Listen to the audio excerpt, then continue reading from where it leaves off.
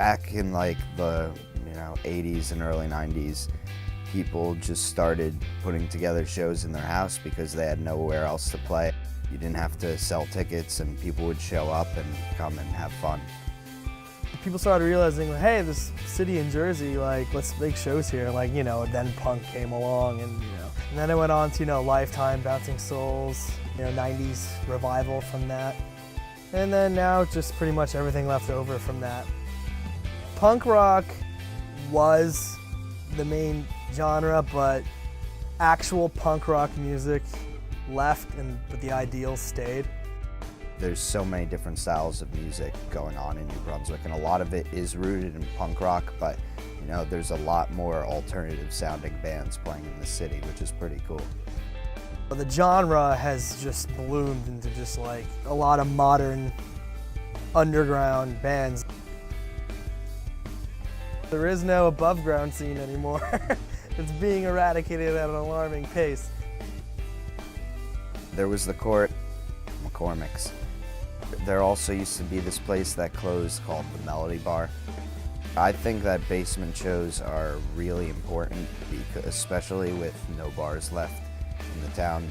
Music has been tied to that city in weird ways, one way or another, for a long time, and I think it's important to keep that. We always knew about basement shows, but we didn't know anybody who did them or where to find them, so we just did our own and just kind of started that way. I was intimidated, very intimidated, but you just gotta, hold your head up and say, hey, I'm gonna play whatever I want, and they respect you for it, and they did, which I'm glad, and we respect whatever they do, Basement shows, they have a much more personal atmosphere. You're on eye level with people, you're not on a stage. You can feel the vibe of the crowd really good. They're just a lot of fun. It is a college town, so you do get the party atmosphere, except with really underground, abrasive, kind of out there type of music. The music scene's comprised of a lot of kids going to school at Rutgers, and I mean, there's a lot of kids involved who just live in the city because they're there for the music, but Rutgers played a big deal in us getting involved in the music scene, yeah. I think the underground scene is gonna grow.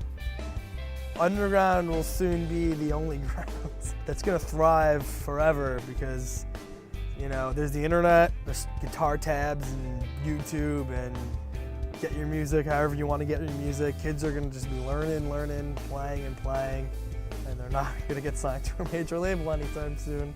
So there's gonna be a whole bunch of kids playing music in like 10 years. There's a bunch of cool things going on around the country that are similar, but New Brunswick definitely has something cool and unique about it.